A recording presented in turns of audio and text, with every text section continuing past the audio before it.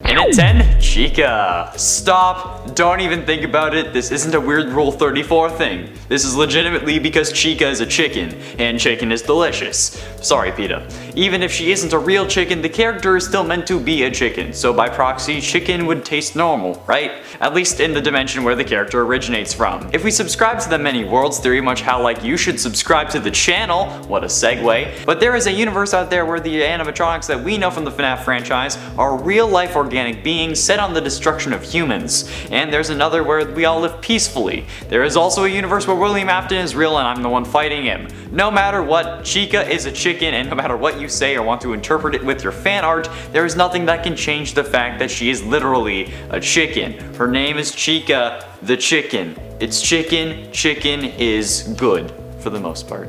And at 9, BALLORA. Okay, there is no real safe way to say this, so I might as well go all in. Cannibalism is a real thing that people partake in. It's not a thing made up for video games, movies, or TV. People do it. We know that. There are famous serial killers that have famously eaten bits of human flesh. And if BALLORA was real, cannibals would enjoy a nice home-cooked meal. On the other hand, and this applies to all of the animatronics, people eat metal. There is one man, known as Mr. Eats-All, who literally would eat anything. Somehow he was able to eat nuts, bolts, screws, light bulbs, an entire plane. Not joking, okay? This dude was a powerhouse. He literally brings his own things to restaurants so that they could add it to his plate. He ate a plane, he would eat bikes, he will finish his wine and then eat the glass no problem. He would have a field day when it comes to BALLORA. This guy had eaten 18 bikes, 15 shopping carts, 7 TVs, 6 chandeliers, 2 beds and a pair of skis, a coffin, steel chain, and a partridge in a pear tree.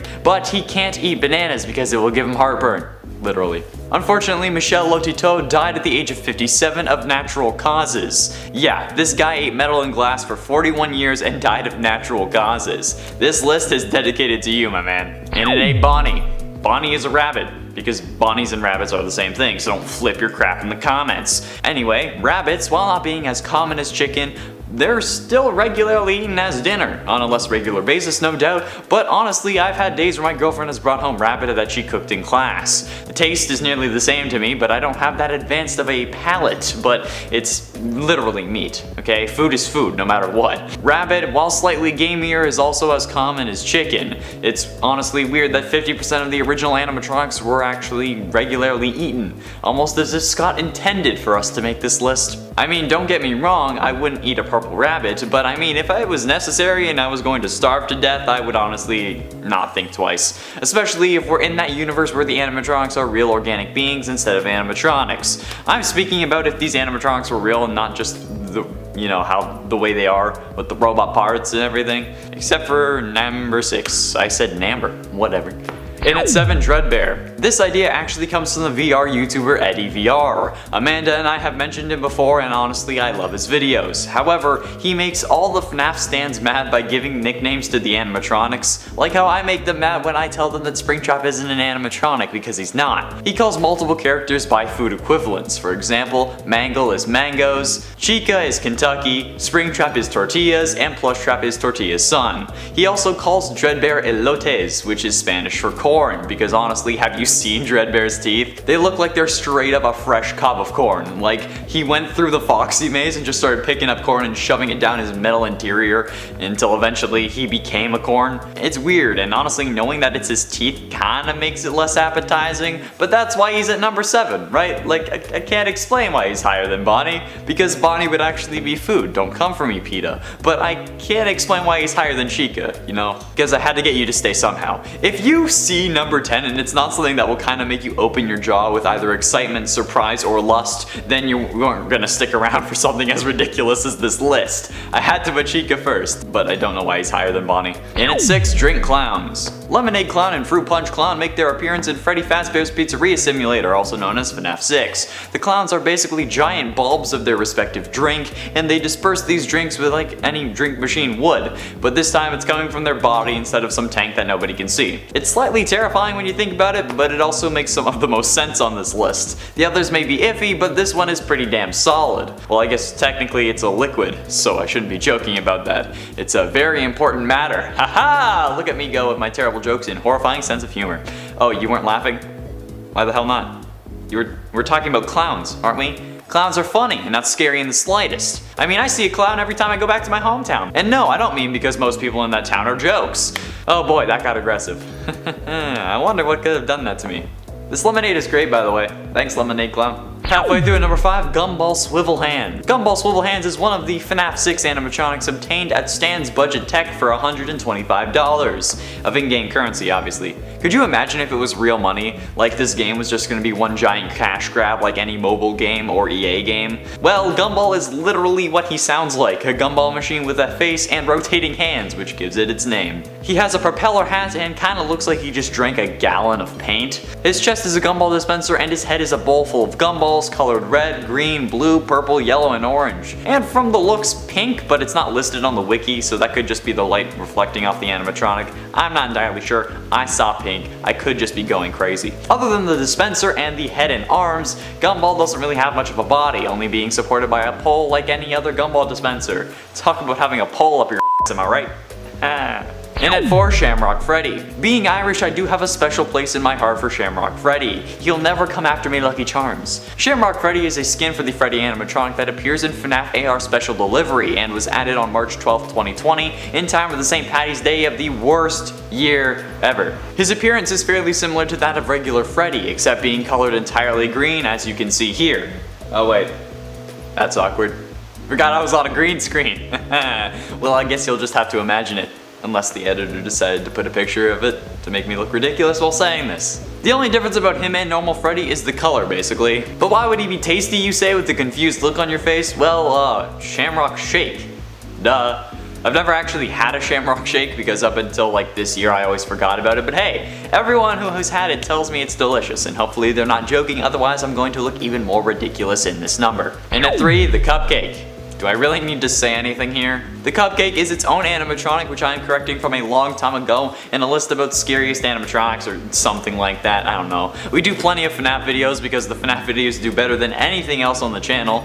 Like, we know we milk it, but they keep doing well, so we're gonna keep making more. But if you can't get enough of FNAF and love the series as much as us, click up in the top right corner because we have a playlist of almost 90 videos now. It's nuts. Over 13 hours of FNAF content for you to enjoy. But the CUPCAKE animatronic is literally the only pure food item from any of the main FNAF games. It's literally a cupcake. Yes, it would technically in a way be sentient since it hops around the room in FNAF VR while repairing Chica, but you know what? The sentience makes it better. Make it more personal. I want to hear the cupcake scream as I devour its interior and delicious and sticky icing. Damn, this is really good lemonade.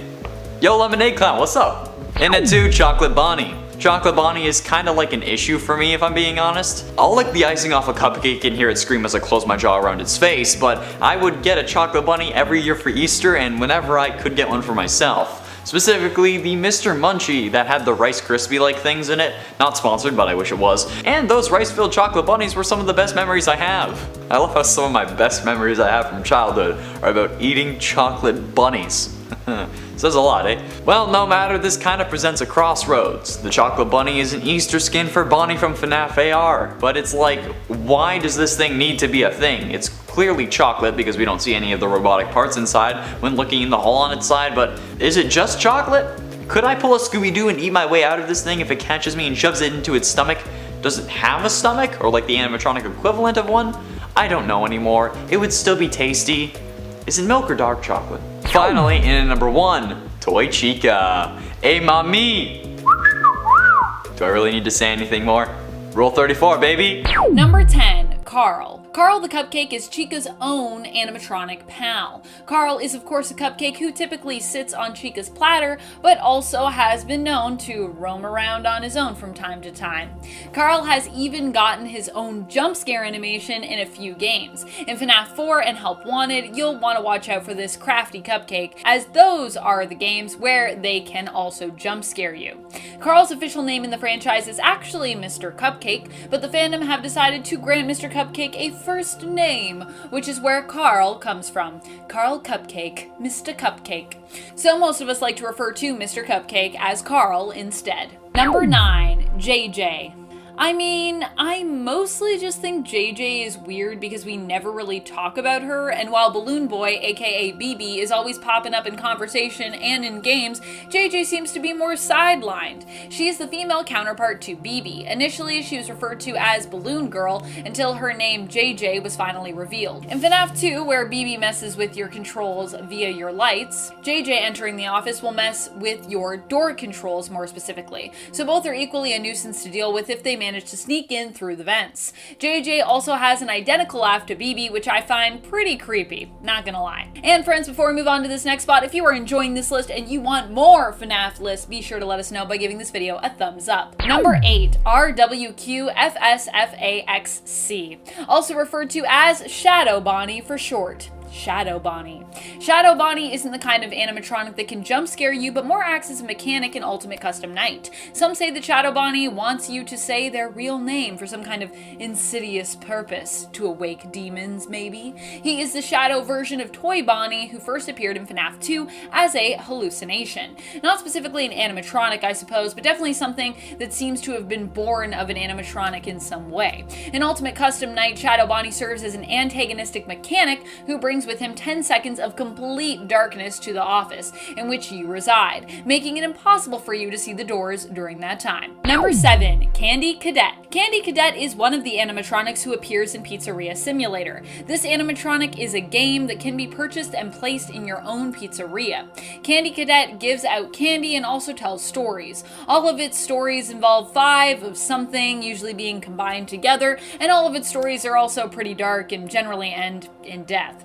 Basically, this is not really the kind of game that you would want to encounter at a kid's pizza party place, which is what makes it so disturbing and strange. Though definitely not too strange for the world of FNAF. In these spooky games, it still manages to fit right in, of course. But in a real world context, I feel like most adults would not want Candy Cadet telling stories and dispensing candy at their kid's pizza party. Number 6, MINIRINA. The MINIRINAs are a group of smaller animatronics who usually accompany and assist BALLORA, sometimes seemingly working against her as well. They're a mischievous bunch of animatronics who enjoy crawling in and around their victims. Ugh. The strange thing about MINIRINAs is not just their disturbing desire to climb inside of other people and animatronics, but also their design. While BALLORA appears as a beautiful humanoid-looking ballet dancer, the MINIRINAs look like creepy, half-finished marionettes. Every story or game they show up in makes them seem even more terrifying than the last. Number 5, The Curse.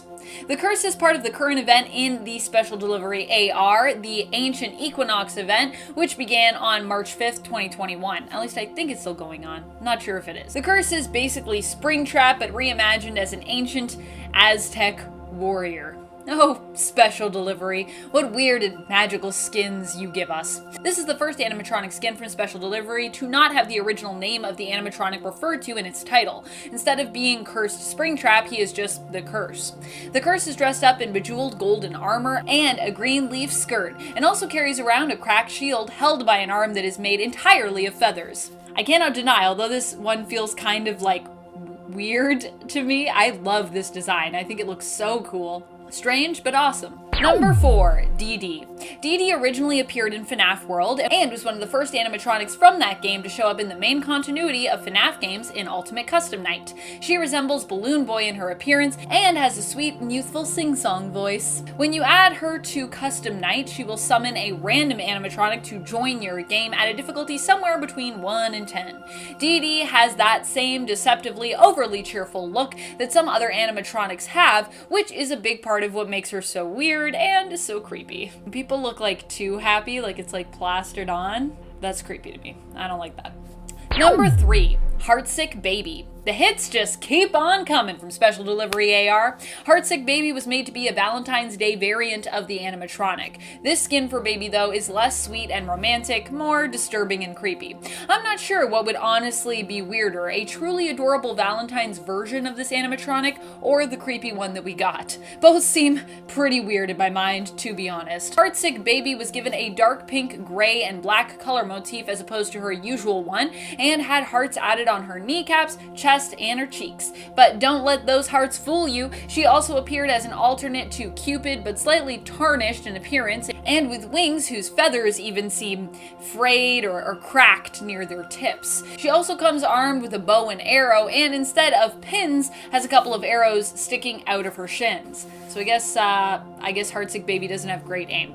All around, this is a pretty disturbing alternate version of Circus Baby. Happy Valentine's, I guess? HEARTSIK Baby was added as a special animatronic holiday skin on February 4th, 2021. Valentine's Day animatronics. Number 2, Liberty Chica. One of the strangest ones of all when it comes to special delivery AR skins, in my opinion, is Liberty Chica. Not only is this strange just to look at, but it's also kind of horrifying. Without the animatronic getting angry or pursuing me, I still find it scary. Just to look at it is really weird and also really disturbing in my personal opinion.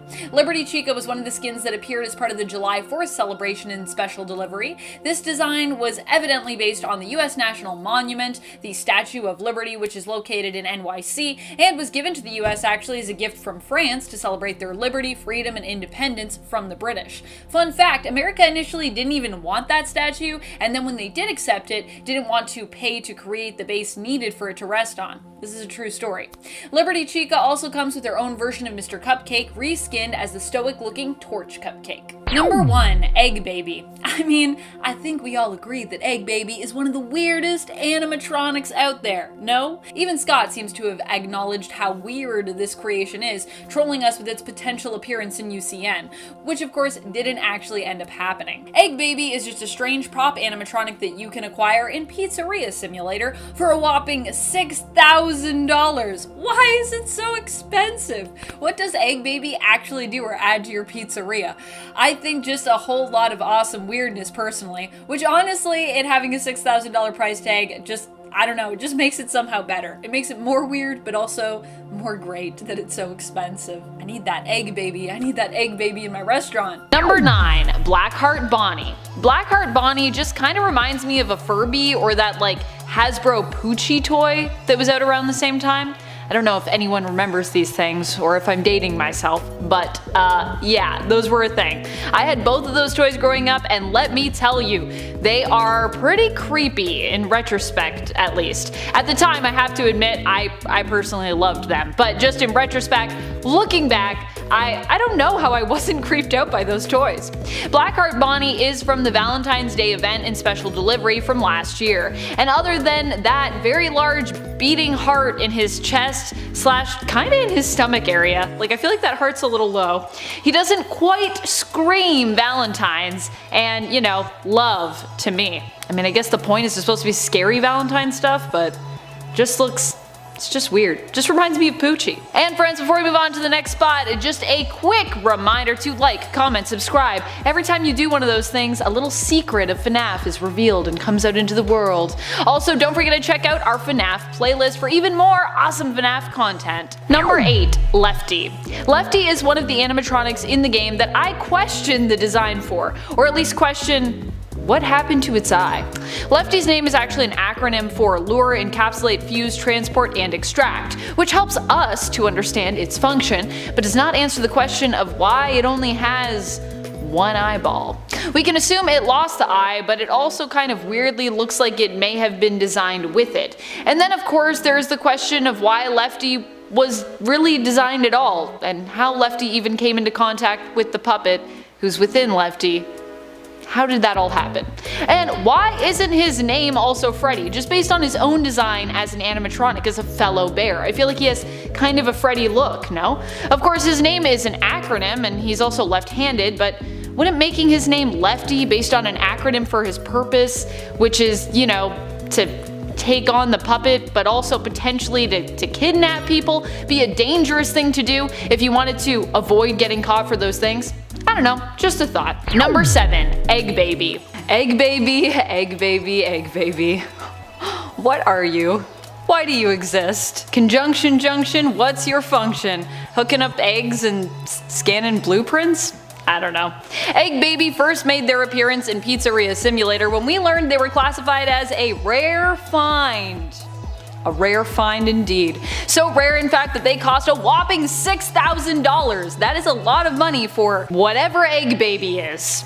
What's more, the purpose for this animatronic still remains quite unclear, at least to me. What is its function? Why is it so expensive? Why is it so creepy? Does the egg baby within the egg baby come out, and can it exist separately? Does it have its own name, or do we also just refer to it as egg baby? Little egg baby? Just all egg baby? I don't know. Just looking at this animatronic gives you in general way more questions than answers. Number 6. The Nightmare Animatronics. These animatronics make me ponder even more deeply what's really going on in this whole story. So if Freddy Fazbear's is meant to be a place where kids and families can all be entertained and have fun together, right? Then what is up with these animatronics? Are they even real, or are they just some fantasy, something out of a kid's imagination? Were they created to test the child we play as in the game, or are they meant to represent this kid's fears? If these animatronics are real at all, which I think at this point we mostly assume that they're real, I personally think they are real, then how did anyone ever think this would be a good way to entertain children? These animatronics are terrifying. How were these animatronics or their blueprints never found during the creation process and halted by some execs who definitely did not think that this aligned with the brand? I just feel like if the Nightmare animatronics are real, I need to have some questions answered about why and how they were ever made. Number 5. Liberty Chica. I know I fixate on Liberty Chica a lot, but it's mostly because of that expression that she is giving us when you look at the artwork for her.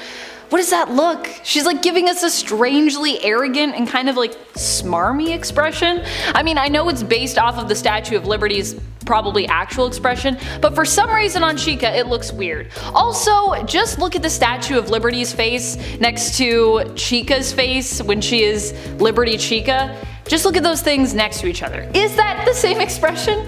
What's happening? The Statue of Liberty, by comparison, just looks ambivalent, aloof.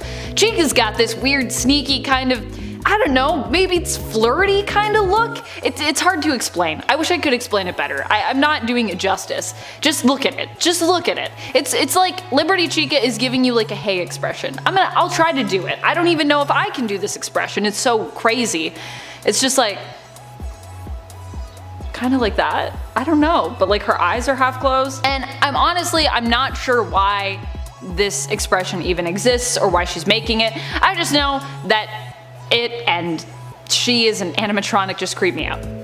The end. Number 4. Circus Baby. Why was Circus Baby made? That's the big question that makes her so confusing to me. Circus Baby, in regards to what she is and how she functions, makes sense. Even her as an entertainer and possibly kidnapping or killing device, in terms of how she works anyways, makes sense. The question is, why was she made for Elizabeth? And was Circus Baby created with the intention of harming her? That seems odd considering that Elizabeth was William Afton's own daughter. So what was the true purpose of her? Did Circus Baby simply malfunction for some reason? It definitely seems like she was programmed to cause harm, and yet it's claimed by Elizabeth that William made the animatronic just for her. So then did William make the animatronic to harm Elizabeth? Then again, he also told her to stay away from the animatronic. The lore here when it comes to Circus Baby basically feels very contradictory and very confusing. Number 3. Frostbite Balloon Boy. This one no longer even really resembles Balloon Boy and is really just going for a much more evil take on this character. Frostbite Balloon Boy appeared in special delivery as part of their 2020 winter collection. His face looks different, his body shape has completely changed, and he looks like he just walked out of a frosty nightmare. This is one of those animatronic skins where I earnestly wonder how Fazbear Entertainment could even be claiming to be all about entertaining children. Just how or in what world does this version of Balloon Boy seem fun at all, entertaining, or even seemingly child-friendly? It makes more sense when we have animatronics that at least, they look like they could be a fun animatronic to have delivered to your home for a special event, but then they just happen to malfunction and attack you and then they get all creepy. As opposed to this animatronic where we have one that just looks like it was made to attack you. There's no way this animatronic looks family friendly or fun. Number 2. ENNARD. How exactly did ENNARD come to be? Does Circus Baby also know a bunch about robotics? Do animatronics know how to construct other animatronics out of themselves because they are animatronics? And how did ENNARD truly wear Eggs Benedict, aka Michael Afton, as a suit and then leave him by breaking down and being vomited up, and yet still somehow survive all that? It's weird, it's really weird that Michael Afton survived. But how did ENNARD also split up and survive? How did all the parts that made up ENNARD find a way to return to versions of their former selves? Did they all do that? I know Circus Baby is later seen as Scrap Baby, but how did she go back to being Baby after being integrated with ENNARD? I'm so confused about how this all works in terms of like the actual parts coming together, and who has the knowledge, and how can these animatronics just integrate themselves into a collective entity all wired together and then just like leave that, just disengage and then become themselves again. Also, does ENNARD have a personality of their own? Should we be concerned about that? Are they an animatronic who's potentially possessed by the others? Or are they just a blank